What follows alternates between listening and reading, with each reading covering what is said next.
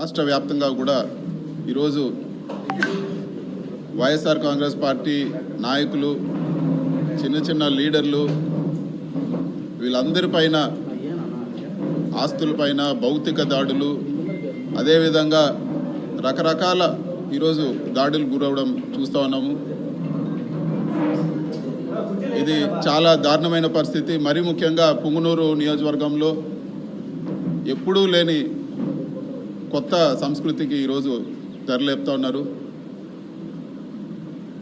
జేసీబీలు, ఎక్స్క్వేటర్లు తీసుకొచ్చి పేదోళ్ళు వాళ్ళు కష్టపడి వాళ్ళ జీవితాంతం సంపాదించి చిన్న సింగిల్ బెడ్రూమ్ ఇల్లు, చిన్న ఇల్లులు కూడా అవన్నీ కూడా జేసీబీలతో కూల్చేయడము, వాళ్ళ ఆస్తులన్నీ కూడా ధ్వంసం చేయడము, ఎక్కడో ఫ్యాక్షన్ నియోజకవర్గాల్లో చేసినట్లు చెట్లు, మామిడి చెట్లన్నీ కూడా వందలాది మామిడి చెట్లు కాపుకొచ్చిన మామిడి చెట్లన్నీ కూడా నరికేయడము, ఈరోజు పుంగనూరు నియోజకవర్గంలో కానీ కోడూరు నియోజకవర్గంలో కానీ ఇవన్నీ కూడా ఒక మంచి సంస్కృతి కాదని చెప్పి కూడా నేను తెలియజేస్తా ఉన్నాను. రాజకీయంగా అంటే ఏదైనా రాజకీయాల్లో ఎలక్షన్లప్పుడు రాజకీయంగా కొట్లాడలే కానీ చిన్న వాళ్ళపైన వచ్చి వాళ్ళ ఆస్తులపైన, ఈరోజు వాళ్ళ కుటుంబ సభ్యులపైన, వాళ్ళ వెహికల్స్ కానీ, లేకపోతే ఇంకా కూడా దారుణమైన విషయం ఏమంటే పుంగనూరు నియోజకవర్గంలో పేదవాళ్ళు ఆవులు మేపుకొని బతికే వాళ్ళు ఆవులు దొంగతనం చేసి తీసుకెళ్ళిపోవడము, కళ్యాణ మండపాలు కూల్చడము, ఈరోజు దారులు ఇవ్వకుండా అడ్డగించడం, ఇన్ని కూడా ఘోరంగా జరుగుతూ ఉన్నాయి. వీటన్నిటిని కూడా ఈరోజు పరామర్శించేదానికి పోదామంటే కూడా ఈరోజు పోలీసులపైన ఒత్తిడి తీసుకొచ్చి హౌస్ అరెస్టు చేయడం జరిగింది. ఒక ఎంపీగా నా నియోజకవర్గంలో తిరగడానికి కూడా ఈరోజు నా నియోజకవర్గ ప్రజల్ని కలవడానికి కూడా ఈరోజు రెస్ట్రిక్షన్స్ పెట్టి తిరగనీయకుండా, ఇది వరకు షెడ్యూల్ పెట్టుకుంటే పోలీసు వారు ఇంకొన్ని రోజులు పోనీయండి సార్, ఎలక్షన్ అయింది ఇప్పుడే కొన్ని రోజులు పోనీయండి అని, మరి ఈరోజు కూడా హౌస్ అరెస్ట్ చేసి ఆపాల్సిన అవసరం ఏముందని చెప్పి కూడా నేను అడుగుతా ఉన్నాను. ఖచ్చితంగా ఇవన్నీ కూడా స్పీకర్ దృష్టికి కూడా తీసుకుపోతాము. ఇవన్నీ కూడా నా కాన్స్టిట్యూషనల్ రైట్. ఒక ఎంపీగా నేను ప్రతి గడప, ప్రతి కార్యకర్త, నా దగ్గరకు వచ్చే ప్రతి ఒక్కరిని కూడా కలిసే అధికారం ఉంది. ఈ విధంగా చేయడం సరైన పద్ధతి కాదని చెప్పి కూడా నేను తెలియజేస్తా ఉన్నాను.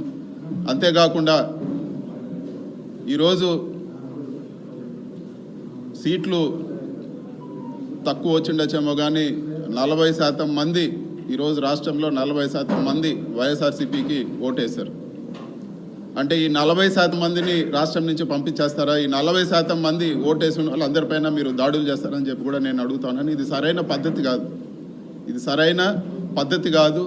ఇలాంటి దాడులు, ఇలాంటి చర్యలు మంచి పద్ధతి కాదని చెప్పి కూడా నేను తెలియజేస్తాను. అధికారము ఎప్పుడు కూడా ఎవరు కూడా శాశ్వతం కాదు.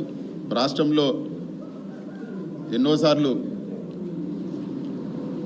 పార్టీలు వచ్చినాయి పోయినాయి కానీ ఇలాంటి సంస్కృతి రాష్ట్ర వ్యాప్తంగా ఇది ఒక కొత్త ఒరవడికి తెరలేపారు. ఇది మంచి పద్ధతి కాదని చెప్పి కూడా నేను తెలియజేస్తున్నాను. ఖచ్చితంగా క్యాడర్కు, వైఎస్ఆర్సీపీ నాయకులు అందరూ కూడా చెప్పేది ఏమంటే ఖచ్చితంగా ఈ ప్రతి ఒక్క కార్యకర్తకు అండగా ఉంటాము. సాయశక్తుల ఏ ఇబ్బంది వచ్చినా కూడా ప్రతి ఒక్కరు కూడా అండగా ఉంటామని చెప్పి కూడా ఈరోజు మీడియా ముఖంగా నేను తెలియజేస్తున్నాను. ఈరోజు ప్రోగ్రామ్కి మీరు వెళ్ళడానికి లేదు, మిమ్మల్ని ఈరోజు ఇక్కడే హౌస్ అరెస్ట్ చేయాల్సి వస్తూ ఉంది. మీరు మళ్ళీ కూడా మాకు ఇన్ఫామ్ చేయండి, మళ్ళీ కూడా మేము ఇది చేస్తామని చెప్పి ఇదివరకే నేను ఇన్ఫామ్ చేసి వచ్చాను, మళ్ళీ ఎందుకు చేశారని చెప్పి కూడా నేను అడగడం జరిగింది. విత్ ప్రొటెస్ట్ కూడా సైన్ చేసి ఇవ్వడం జరిగింది. కేవలం ప్రజలకు దూరం చేయలేని కక్షతో ఈ విధంగా వ్యవహరిస్తున్నారు అనుకోవచ్చు. ఈరోజు చెట్లు నరికేస్తారు, ఈరోజు ఇల్లులు కూల్చేస్తారు. సో ఒక ప్రజాప్రతినిధిగా నేను అక్కడ పోయి ఆ ఇల్లులు కూల్చింది కానీ ఆ చెట్లు నరికించింది వాళ్ళు పరామర్శిస్తే రాష్ట్ర వ్యాప్తంగా ఈరోజు అందరు కూడా తెలిసే పరిస్థితి ఉంది. ఇవన్నీ కప్పిపుచ్చడానికే ఈరోజు మమ్మల్ని నియోజకవర్గంలో తిరగనీయకుండా చేస్తూ ఉన్నారు. ఇంకా అదేవిధంగా ఈరోజు ఎంపీటీసీలు, అదేవిధంగా మిగతా ఉండే సర్పంచులు కానీ ప్రజాప్రతినిధులు, చిన్న ప్రజాప్రతినిధులు అందరినీ కూడా బెదిరించి పార్టీ మారమనో, లేకపోతే వాళ్ళని ఒత్తిడి చేసో, లేకపోతే రిజైన్ చేయమనో రకరకాలు ఇవన్నీ చేస్తూ ఉన్నారు. ఇవన్నీ కూడా వాళ్ళకు ఒక ఓదార్పుగా కూడా వెళ్ళకూడదని చెప్పే ఒక కుట్రలో భాగంగానే ఈరోజు అధికారులపైన ఒత్తిడి తీసుకొచ్చి ఈరోజు గృహ నిర్బంధం చేయడం జరిగింది. పర్టికులర్గా పొంగనూరు నియోజకవర్గం సంబంధించి కౌన్సిలర్లకు సంబంధించి ఒత్తిడి తీసుకొచ్చి మరి పార్టీ మార్పిస్తూ ఉన్నారు, భౌతిక దాడులు చేస్తున్నారు. ఏ విధంగా చూడొచ్చు? ఇది ఒకటి, ఎప్పుడు కూడా ఒక నలుగురు నాయకులు ఉన్నా నలుగురు నాయకులు పోయినా పెద్ద తేడా పడదు. ప్రజల్లో ఈరోజు వేయాలనుకుంటే ఖచ్చితంగా ఆ పార్టీకి గెలుస్తుంది. సో వీళ్ళు అనుకున్నట్లు ఏదో ఒక నలుగురిని ఒత్తిడి చేసో ప్రలోభాలు పెట్టో బెదిరించో నలుగురిని పార్టీ మార్చినంత మాత్రాన ఒరిగేది ఏం లేదు. ఈ నలుగురు కాకపోతే ఇంకొక నలుగురిని డెవలప్ చేస్తాం. ఇది వరకు 23 ఎమ్మెల్యేలు తీసుకుపోయి మళ్ళీ వైఎస్ఆర్ కాంగ్రెస్ పార్టీ అధికారంలోకి రావడం జరిగింది. ఆ 23 నియోజకవర్గాలు కూడా గెలవడం జరిగింది. ఇవన్నీ పెద్ద విషయం కాదు. ముఖ్యంగా ఈరోజు చాలా దాడులు జరుగుతున్నాయి. ఇల్లులు కూల్చడం ఇవన్నీ కూడా ఎప్పుడు లేదు. పుంగనూరు చరిత్రలో ఇల్లులు కూల్చడం అనేది ఎప్పుడు లేదు. పుంగనూరుకి ఇన్వెస్ట్మెంట్ వచ్చింది. బస్సుల ఫ్యాక్టరీ ఈరోజు జర్మనీ వాళ్ళు పెట్టడానికి వచ్చారు. ఈరోజు వాళ్ళు సందిగ్ధంలో పడ్డారు. పుంగనూరుకు నష్టమా లాభమా ప్రజలు ఆలోచించుకోవాలని చెప్పి కూడా నేను కోరుతున్నాను. ఇన్ని గొడవలు జరుగుతూ ఉండి ఫ్యాక్టరీ వెళ్ళిపోతే ఇంకెవరైనా పెట్టుబడులు పెడతారా పుంగనూరులో? ఈరోజు వాళ్ళు వచ్చి శంకుస్థాపనకు వచ్చి పూజ చేసి అన్నీ పోయి ఈరోజు వాళ్ళు ఒక సందిగ్ధంలో పడ్డారంటే ఈరోజు ఎంత దారుణంగా ఉందో పరిస్థితి అర్థం చేసుకోవాలని చెప్పి కూడా నేను తెలియజేస్తాను. పుంగనూరు నియోజకవర్గం పైన ఇదివరకు కూడా కక్ష కట్టారు. ఇప్పుడు మళ్ళీ కూడా కక్ష కట్టి ఇలాంటి చర్యలతో ఇలాంటి భయభ్రాంతులు గురి చేసి ఏ ఒక్క ఇన్వెస్ట్మెంట్ రాకుండా పుంగనూరు పక్కన ఎవరు చూడకుండా చేసే పరిస్థితి ఈరోజు వస్తూ ఉందని చెప్పి కూడా నేను మీ మీడియా ముఖంగా అందరికి కూడా నేను తెలియజేస్తాను.